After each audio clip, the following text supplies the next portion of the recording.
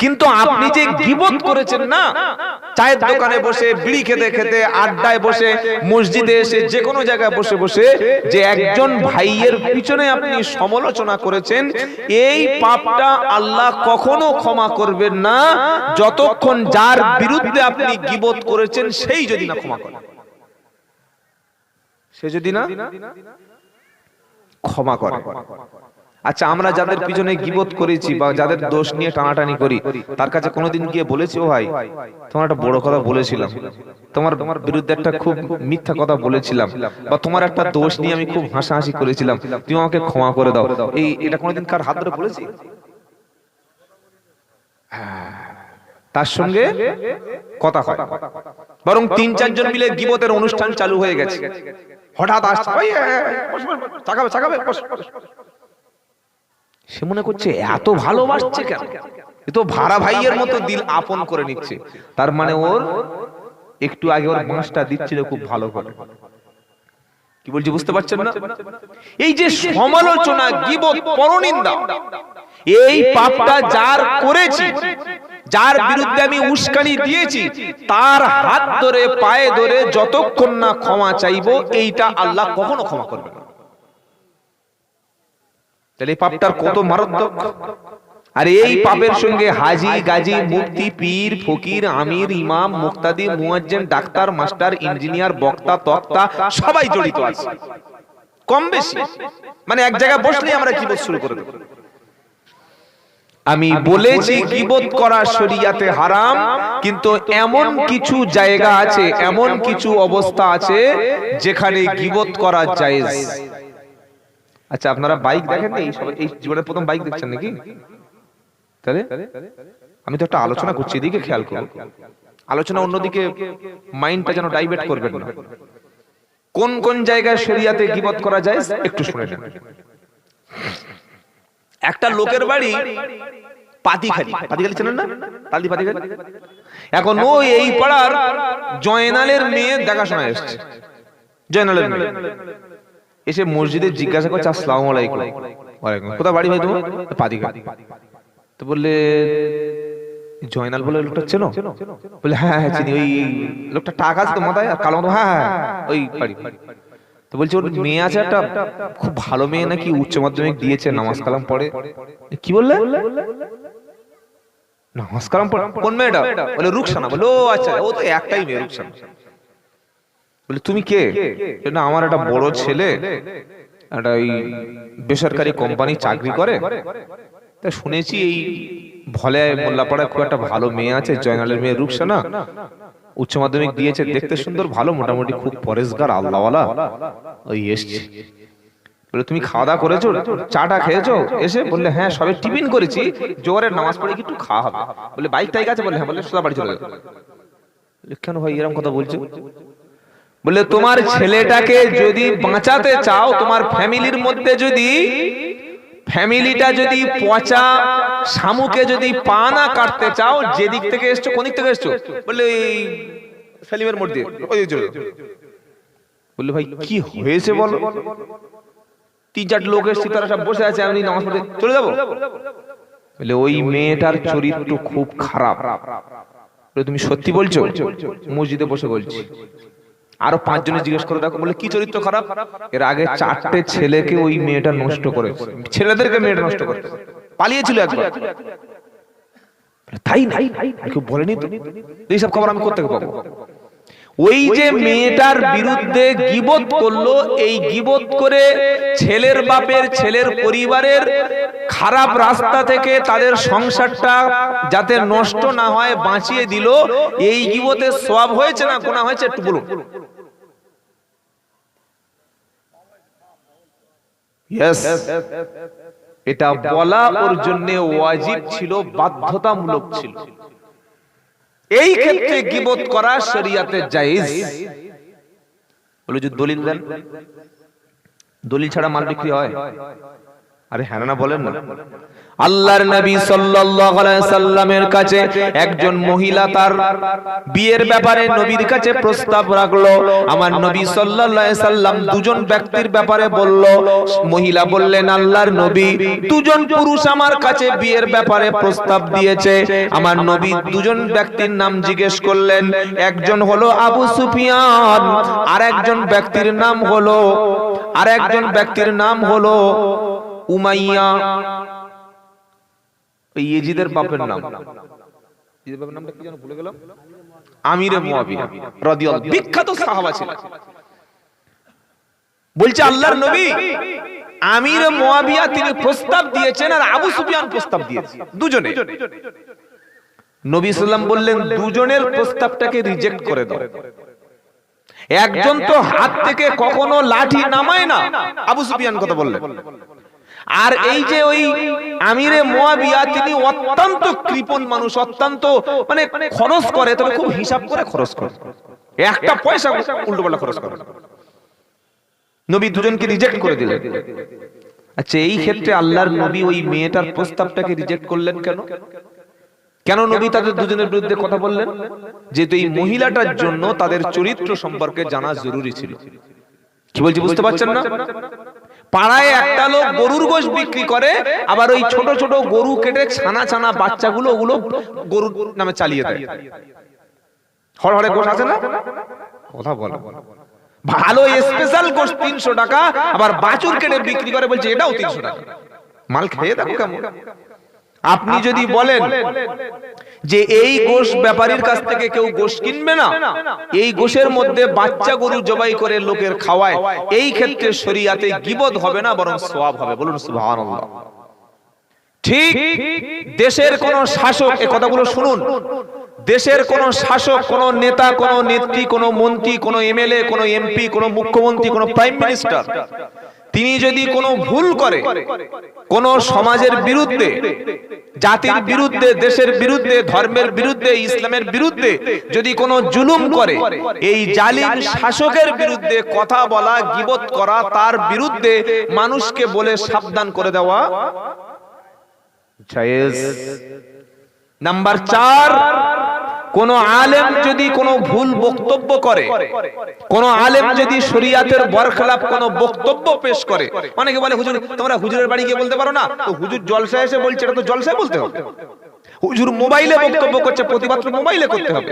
কি বলছি বুঝতে পারছেন না? কোন আলেম যদি কোনো মিস ইনফরমেশন শেয়ার করে, শরীয়তের ব্যাপারে কোনো ভুল তথ্য দেয়, ওই আলেমের ব্যাপারে জনগণকে বলে যে তিনি শরীয়তের এই বিষয়টা ভুল বলেছেন, এইটা বলা শরীয়তে জায়েজ। তবে কোন আলেমের ভুল ধরতে গিয়ে সেই আলেমের বিরুদ্ধে গালাগালি, তার কোনো কথা শোনা যাবে না, তার কথা শোনা হারাম, তার বক্তব্য শোনা যাবে না, সে আসলে আমরা জলসা করব না, এটার নাম হচ্ছে হিংসা। কথা বুঝতে পারছেন কি বললাম? ধরুন আমি একটা ভুল কথা বলেছি, আমাদের মধ্যে শামসুদ্দিন সাহেব আমার পরে হুজুর এসে বললেন যে আব্দুল্লাহ জুবাইর এই বক্তব্যটা ভুল করে গেছে। এটা বলা মানে উনি আমার শত্রু না, উনি এটা আমাকে বললেন মানে আমি যে ভুল কথা সমাজে বলেছি, জনগণকে এটা সাবধান করে দিলেন যে আল্লাহ পাক এটা বলেছে, রাসূল করিম সাল্লাল্লাহু আলাইহি ওয়াসাল্লাম এটা বলেছেন, আর বক্তা যেটা বলেছেন সেটা কোরআন সুন্নাহর খেলাফ, সুতরাং আপনারা এটা করবেন না। এটা বলা গীবত হবে না, বরং উল্টো সওয়াব হবে। বলুন সুবহানাল্লাহ। কিন্তু যেটা ভুল করেছে সেইটা বলতে হবে। একটা বক্তা ভুল করতে পারে, কোন মুফতি সাহেব ফতোয়া দেওয়ার ক্ষেত্রে ইজতিহাদ করতে গিয়ে ভুল করতে পারে, তা বলে সেই মুফতি সাহেবের বক্তব্য শোনা যাবে না, সেই মাওলানা সাহেবের দাওয়াত করা যাবে না, অমুক মাওলানা সাহেব স্টেজে আসলে আমি যাব না, এইটা হিংসার পর্যায়ে পড়ে কি পড়ে না? পড়ে কি পড়ে না? আর এই কাজটা সবচাইতে বেশি করছি এখন আমরা, এক শ্রেণীর হুজুরেরা। সাধারণ মানুষ আর মাথা তুলে কোথায় যাবে? যাবে কোথায়? ছোট্ট ছোট্ট বিষয় নিয়ে মারামারি, হাত এখানে বাঁধবো, এখানে বাঁধবো, এই নিয়ে মারামারি কিছুদিন চললো। ওদিকে ফিলিস্তিন শেষ, শুনছেন আপনারা? আমিন জোরে হবে না আসতে হবে, এই নিয়ে বড় বড় গাড়ি নিয়ে কিতাব নিয়ে বহাস চলছে, মুনাজারা চলছে। তার আগে ওয়াকফ বিল পাস হয়ে গেল, সামনে রোজা আসছে, কিছু ফিতনাবাজ বক্তা ওরা জনগণের কাছে ভাইরাল হওয়ার জন্য বলবে 8 রাকাত তারাবি নয় 20 রাকাত তারাবি, আবার কেউ বলবে 20 রাকাত তারাবি নয় 8 রাকাত তারাবি। এই তারাবির সংখ্যা নিয়ে ঝামেলা মসজিদে বা শুরু হবে না? হবে না? জোরে বলুন। হয়তো ভালো এলাকায় হয় না, কিন্তু বিভিন্ন জায়গায় হয়। তাহলে আমরা শুধু এই সব কাজ কি করেই যাব, আর আমাদের সমাজে কোনো কাজ নাই? চলুন আলোচনা শুরু করি। আল্লাহ রাব্বুল আলামিন, আমি প্রথমে শুনিয়েছিলাম যে কোনো আমল, যে কোনো ইবাদত কবুলের জন্য দুটি শর্ত। কটা? এক, কাজটা হতে হবে আল্লাহর খুশির জন্য। 2 নম্বর হলো কাজটা হতে হবে বিশ্ব নবী সাল্লাল্লাহু আলাইহি সাল্লামের তরিকায়। সুবহানাল্লাহ বলে। যে কোনো আমল কবুলের জন্য আপনি কুরবানি করবেন কার খুশির জন্য? কুল ইন্না সালাতি ওয়া নুসুকি ওয়া মাহইয়ায়া ওয়া মামাতি লিল্লাহি রাব্বিল আলামিন। 8 নম্বর পারা 9 নম্বর পৃষ্ঠা 9 নম্বর লাইনের 162 নম্বর আয়াত সূরার নাম আনআম। আল্লাহ বলছেন বলো, এটা নবী ইব্রাহিম আলাইহিস সালামকে আল্লাহ অ্যাড্রেস করছেন। কুল ইন্না সালাতি ওয়া নুসুকি ওয়া মাহইয়ায়া ওয়া মামাতি লিল্লাহি রাব্বিল আলামিন।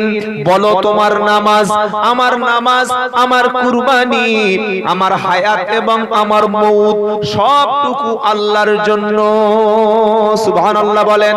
আমি যখন কুরবানি করব, আমি 2 রাকাত নামাজ পড়ব, আমি যাকাত দেব, দান করব, সদকা করব, আমি বাড়িতে মিলাদ দেব, কোরআন শরীফ পড়ব, আমি মাথায় টুপি দেব, মুখে দাড়ি রাখব, আমি ভালো একটা আমল করব।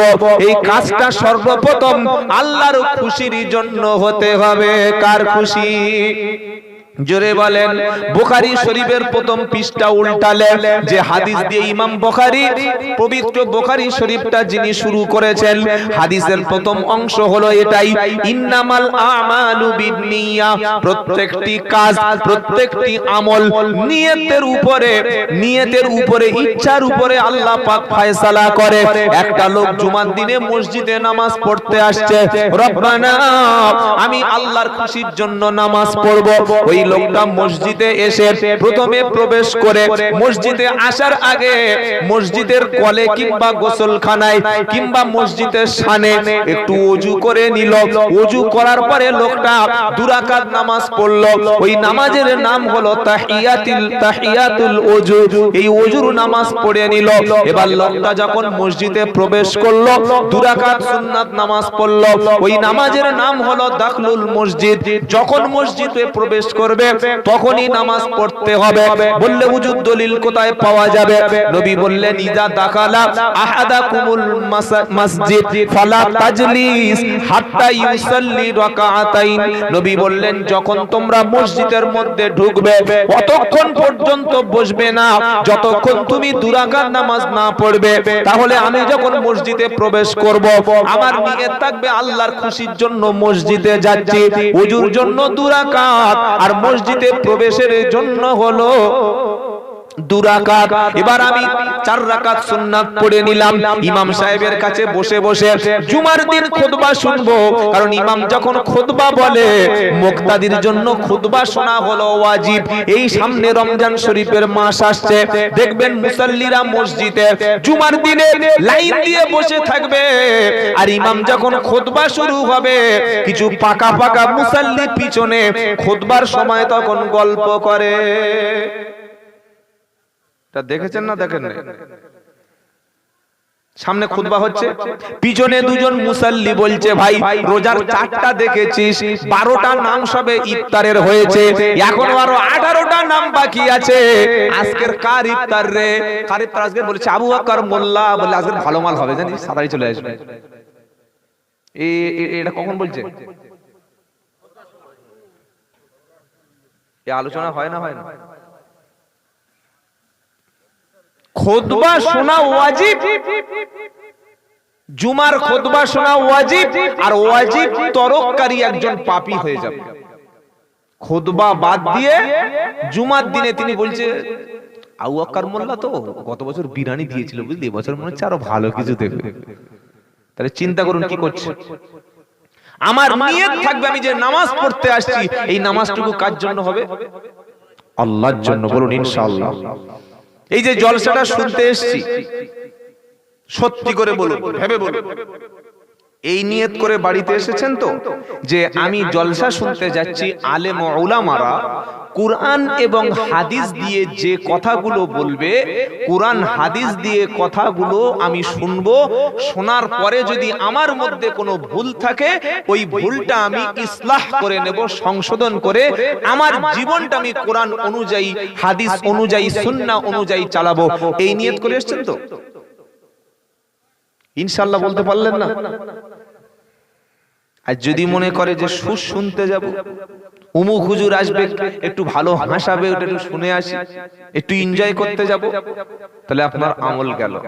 আমি আব্দুল্লাহ জুবায়ের যদি এই নিয়তে আসি যে ভলে আর জলসা মানে ওখানকার লোক তো খুব আল্লাহওয়ালা, ভালো করে যদি ঝেড়ে 2 ঘন্টা টান দিয়ে বক্তব্য করতে পারি, আশেপাশে মোটামুটি মরাপিয়া এইসব এলাকাগুলো আরো গোটা 5 জলসা এবছর না হোক সামনে বছর কমিটি দাওয়াত হবে।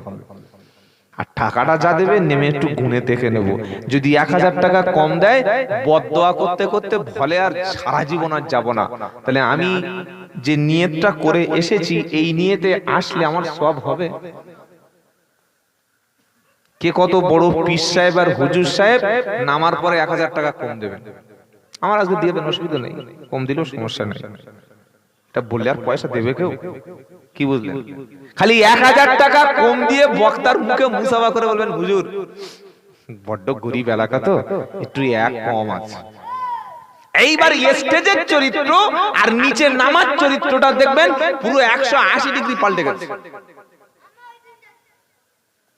বলে হুজুর আপনি সব টাকা পাকা নিয়ে কেন বলছেন বলুন তো? কি কি কি লাভ আছে আপনার? আপনি কি কোটিপতি লোক? এই উচ্চজন একটা বক্তা আছে, আমার বন্ধু, নাম বলবো না, সেদিন ফোন করে বলছে, বলে ও কোটিপতি। কোটিপতি মানে কি বলছেন? কোথায় কোটিপতি? মনে রাখবেন এই বাংলার জমিনে ইসলামের কাজ, কোরআনের কাজ, জলসার কাজ, ইসলাম প্রচার যারা করেছিলেন তারা হাক্কানি আলেম, হাক্কানি ওলিরা, ওলামারা, জোরে বলুন সুবহানাল্লাহ। তারা দ্রুত ইসলাম প্রচারের পিছনে সবচাইতে বেশি কাজ হয়েছিল, তাদের দিলের মধ্যে খুলুসিয়াত ছিল, আল্লাহর সন্তুষ্টির জন্য তারা কথা বলেছিলেন।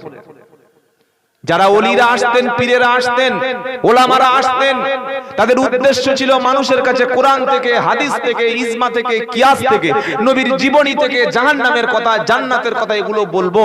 মানুষ শুনবে, মানুষ পাল্টাবে, মানুষ হেদায়েত হবে, মানুষ মসজিদমুখী হবে, মানুষ মুখে দাড়ি রাখবে, 5 ওয়াক্ত নামাজ পড়বে, হারাম ছাড়বে। আর এই আমার কথা শুনে যদি মানুষ পরিবর্তন হয়, আমি টাকা পাই আর না পাই, আমি দাওয়াত পাই আর না পাই, আমি খাবার পাই না পাই, আমি সম্মান পাই বা না পাই, আমার কবরের জিন্দেগিটা আমি শুয়ে শুয়ে কবরে শান্তিতে থাকবো। আর কিয়ামতের দিন আল্লাহ যদি বলে, এই আব্দুল্লাহ জুবায়ের, এই অমুক মুফতি সাহেব বক্তা, তোমার কথা শুনে ওই বলে আর একটা মানুষ জেনা ছেড়ে দিয়েছিল, একজন মদ ছেড়ে দিয়েছিল, একজন বাপ মাকে খেদমত করার নিয়ত করেছিল, একজন 5 ওয়াক্ত নামাজ পড়ার নিয়ত করেছিল, যা আমি আল্লাহ তোমাকে ক্ষমা করে দিলাম, এটাই যদি বলে এটাই আমাদের জন্য যথেষ্ট। সেটা বলবেন না সুবহানাল্লাহ? আল্লাহ আমাদের সবাইকে আল্লাহর সন্তুষ্টির জন্য কথা বলার তৌফিক দিন। বেশি জলসার প্রয়োজন আছে বলে আমি মনে করি না। কথা অল্প শুনুন, কিন্তু সেগুলো দিলের মধ্যে বসিয়ে দিন।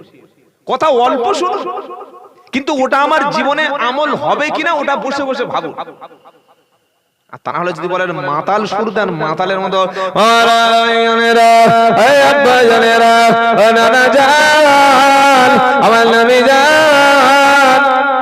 3-4টে মাইকে তার কেটে দেবো, 3-4টে মাইকে তার ছিঁড়ে যাবে।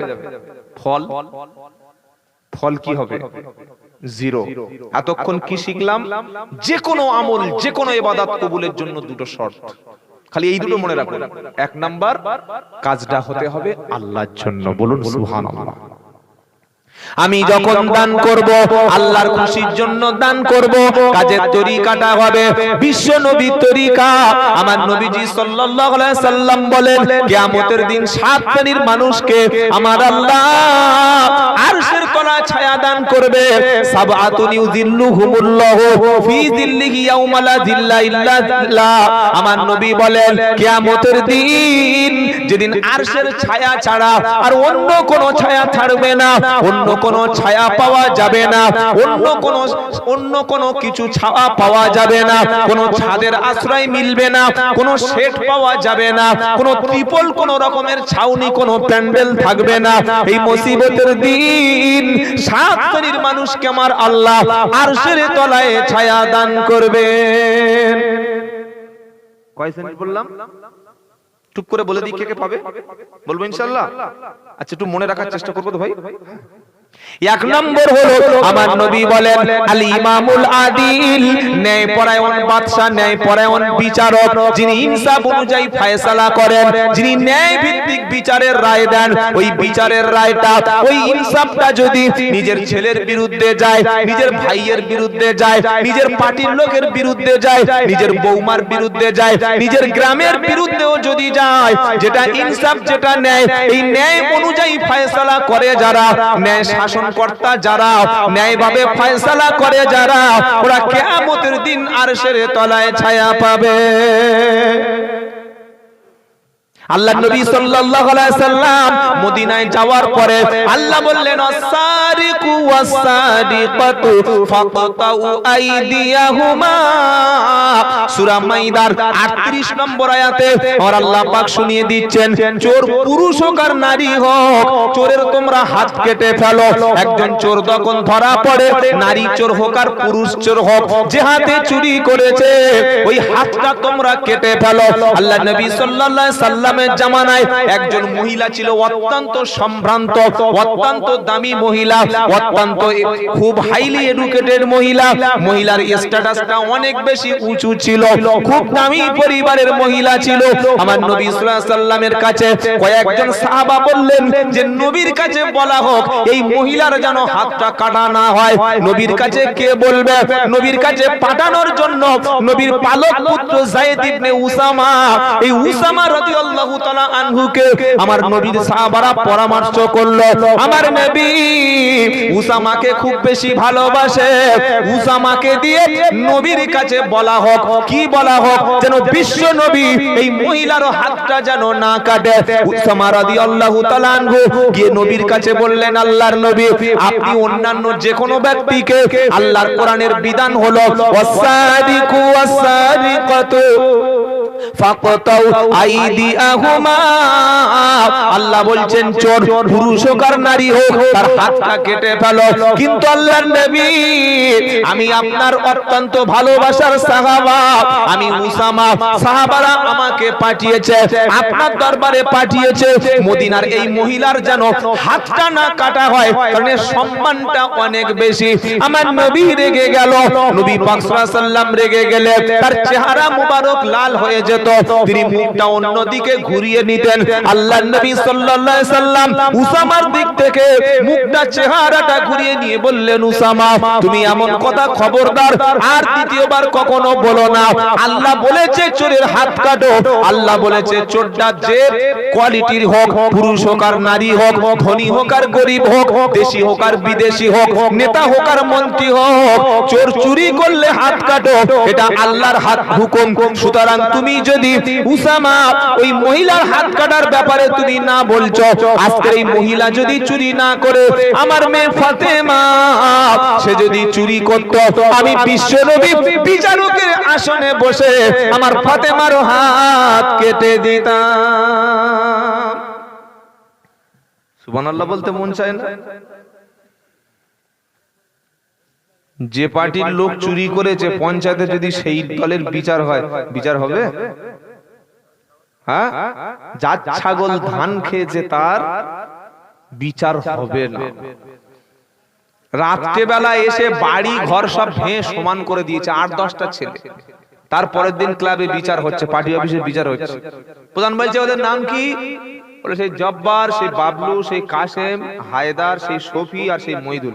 এই নামগুলো এখানে কেউ নেই তো? আবার সব বনাসেরা আবার আমার গাড়ি ফাড়ি ভেঙে দেয় কি? ঠিক নাই, তুমি আমাদের চিল্লে কি করে? 5-6 জনের বিরুদ্ধে নালিশ করেছে। প্রধান বলল মইদুল দাঁড়া, কাসেম দাঁড়া, দাঁড়া দাঁড়া দাঁড়া দাঁড়া, শহীদুল দাঁড়া দাঁড়া। তো যেই দাঁড়িয়েছে দেখছে সব তো নিজের লোক, সব কিসের লোক? সব ঘরের লোক, একসঙ্গে সব দল করে, একসঙ্গে সব খায় টায় পার্টি পার্টি করে। দেখে বলছে, এই তোরা এরকম কেন করলি? বন্ধু লোকটা ঘর ভেঙে দিলি। আচ্ছা ঠিক আছে, আমি একটু ব্যস্ত আছি, পরে দেখে নিচ্ছি। 3 বছর হয়ে গেছে, সেই বিচারটা আজও হয়নি। এটা হয় না হয় না? হয় কি হয় না? এটা হচ্ছে বেইনসাফ, এটা বেইনসাফ। আরেকটা বেইনসাফের কথা বলবো বলবো বলবো মসজিদের ইমাম সাহেবের উপরে যে বেতনটা দেওয়া হয়, আপনারা কত দেন জানি না, জানার প্রশ্নও করব না। বর্তমান যে বাজার মূল্য, চালের দাম, ডালের দাম, তেলের দাম, সরিষার দাম, মাংসের দাম, গোশের দাম, জামা কাপড়ের দাম, একটা মানুষের যদি 2টো ছেলে একটা মেয়ে থাকে, বাপ মা থাকে, মানে 6 জন 7 জন ফ্যামিলি থাকে, এই ফ্যামিলিতে একটা ইমাম সাহেব যদি শুধু মসজিদে ইমামতি করে, মিনিমাম কত টাকা হলে একটা লোকের সংসার চলে? আপনাদের 5-6 হাজার টাকা, 5-6 হাজার টাকা হলে আপনাদের মোটামুটি সংসার চলে যায়, তাই তো বাবা? হ্যাঁ বা না, একটাই অন্তত বলুন। 6 হাজার টাকা চলে সংসার? ছেলে ঝুলে বউ পালাবে, বউ উল্টে তালাক দিয়ে চলে যাবে, তালাক স্বামী দেন, বউ তালাক চলে যাবে। রাগ করবেন না, সত্যটা শুনুন। এটা কোনো বক্তা হয়তো নাও বলতে পারে আজকের। যে জলসায় 2 ঘন্টা বক্তব্য 20,000, 15,000, 30,000 টাকা, 10,000 টাকা বক্তব্য দিই, সেই জলসার গ্রামের ইমাম সাহেবের 1 মাসের শেষে 10,000 টাকা কেন গ্রামবাসীরা দিচ্ছে না, কেন কমিটি দিচ্ছে না, এই প্রশ্নটা কবে আমরা করব? কমিটির বলুন। রমজান মাসে শেষ হয়ে গেলে ঈদের আগে জামা কাপড় কিনি না এমন কোন লোক আছে? জামা কাপড় কিনি না আছে? প্রত্যেকে জামা কাপড় কিনে, ছেলের নামে, মেয়ের নামে, শাশুড়ির জন্য, শ্বশুরের জন্য, শালা শালি সবার জামা কাপড় দিলাম। ইমাম সাহেবকেও দেয় অনেক জায়গায়, একটা ওই স্যান্টো গেঞ্জি, আর একটা লাক্স কোজি আন্ডারপ্যান্ট, আর একটা সাদা ইসমাইল লুঙ্গি, আর একটা মোটামুটি এরকম সাদা টুপি, আর একটা এরকম রুমাল, 1,000 টাকায় বাজেট হয়ে গেল। ইমাম সাহেব যেদিন ঈদের নামাজ পড়ে সাদা পাঞ্জাবি, সাদা টুপি পরে বাড়ি যাবে, ইমাম সাহেবের ছেলে যেদিন কোলে উঠে বলবে, আব্বা তুমি তো নতুন পোশাক ঈদের দিনে পরেছো, নতুন জামা ঈদের দিনে পরেছো, আজকের দেখো আমার চাচাতো ভাই, আমার অন্যান্য সমস্ত পাড়ার ছেলেরা সকলে জামা কিনতে পেরেছে, সকলে প্যান্ট কিনতে পেরেছে, আব্বা আমার জামা কই? এই প্রশ্ন ইমাম সাহেবের ছেলে করতে পারে কি পারে না? পারে? এই কথাটা কে বলবে? তাহলে আমরা প্রত্যেকে আনন্দ করলাম, প্রত্যেকে ড্রেস কিনলাম, ইমাম সাহেবকে শুধুমাত্র রমজান মাসের উদ্দেশ্য করে যদি 3,000 টাকা মসজিদের ফান্ড থেকে ইমাম সাহেবকে দেওয়া হয়, যে হুজুর আপনি তো 12 মাস ডিউটি করেন, এটা আপনার পরিবারের জন্য জামা কাপড় কিনে দিচ্ছি, জামা কাপড় কেনার জন্য আপনার পরিবারকে দিচ্ছি, এটা দিলে মসজিদের সব শেষ হয়ে যাবে। এই ইনসাফটুকু যদি জাতি না করতে পারেন, ওই নারায়ে তাকবীর, আল্লাহু আকবার, উমুক জিন্দাবাদ, উমুক হুজুর জিন্দাবাদ দিয়ে আর হাদিয়া মুসাবা পকেটে ভরিয়ে দিয়ে জান্নাতে যাওয়ার আশা ছেড়ে দিয়ে বসে থাকুন। আমাকে পয়সা আজকে দেবেন না সেটা আপনাদের ব্যাপার। আমি আব্দুল্লাহ জুবায়ের কোনদিন পয়সার জন্য বক্তব্য করি না, আলহামদুলিল্লাহ। কেউ বলতে পারবে না হুজুর আপনি পয়সা নেন না, যা দেয় আলহামদুলিল্লাহ। আমি বলি না যে এত দিতে হবে, যা দেবেন আপনি বলুন খুশি করে, আলহামদুলিল্লাহ আমি মেনে নেব, কোনো সমস্যা নেই, কোনো সমস্যা নেই। কিন্তু ইমামকে আপনি ঠকাবেন কেন? আপনি ইমামকে বেতন কম দেবেন কেন? মিনিমাম 10,000 টাকা একটা মসজিদে দেবেন। যদি ইমামকে না দিতে পারেন তাহলে সেক্রেটারি এসে মসজিদে নামাজ পড়ান। সেক্রেটারি যদি নামাজ পড়াতে না পারেন, আপনি মসজিদের পদটা ছেড়ে দিন। ক্যাশিয়ার না পারেন, ছেড়ে দিন, গ্রামের ব্যক্তিদের কাছে তুলে দিন। গ্রামের মানুষটা যদি ইমামের বেতন না দিতে পারে, তাহলে গ্রামের লোক এসে নামাজ পড়া। বিভিন্ন জায়গায় গেলে ইমাম সাহেবরা কাঁদে, চোখের পানি ফেলে। আর একটা বেইনসাফি করে কি জানেন? ইমাম সাহেবের হাতে টাকা দিচ্ছে জলসা কমিটি, দিয়ে বলছে হুজুর ওই বক্তার টাকাটা একটু দিয়ে দিন, নেন 10,000 টাকা দিয়ে দিন। মানে ইমাম সাহেবকে দিয়ে টাকাটা বক্তার দেওয়াচ্ছে। সারা রাত 5টা বক্তা দাওয়াত করে 70,000 টাকা বক্তাদের পিছনে তুলে দিল। যে ইমাম সাহেবটা সভাপতি হিসাবে বক্তাকে নিয়ে এসে দিয়ে এসছে, মাইক অ্যানাউন্স করেছে, ওই ইমাম সাহেবের হাতে মিনিমাম 1,000 টাকা কমিটির দেওয়ার মতো ইনসাফ, এই বিচার ছিল কি ছিল না? এটা দরকার ছিল কি ছিল না? ইমাম সারা রাত জেগে উনি সকালবেলা একটু বিরিয়ানি খেয়ে বাড়ি চলে গেল, তার হাতে 500 টাকার নোট একটা কমিটি দিল না। এটা ইনসাফ, এটা জাস্টিস, এটা মানবতা, এটা ইসলাম, এটা ধর্ম। এটা ধর্ম কি ধর্ম নয়, বাড়িতে শুয়ে শুয়ে গিয়ে ভাববেন। চলুন, আল্লাহর নবী সেদিন পরিষ্কার বলেছিলেন, ফাতেমা হলে আজকে আমি নবী হাত কেটে এই আইনকে কার্যকর করতাম। বলুন সুবহানাল্লাহ।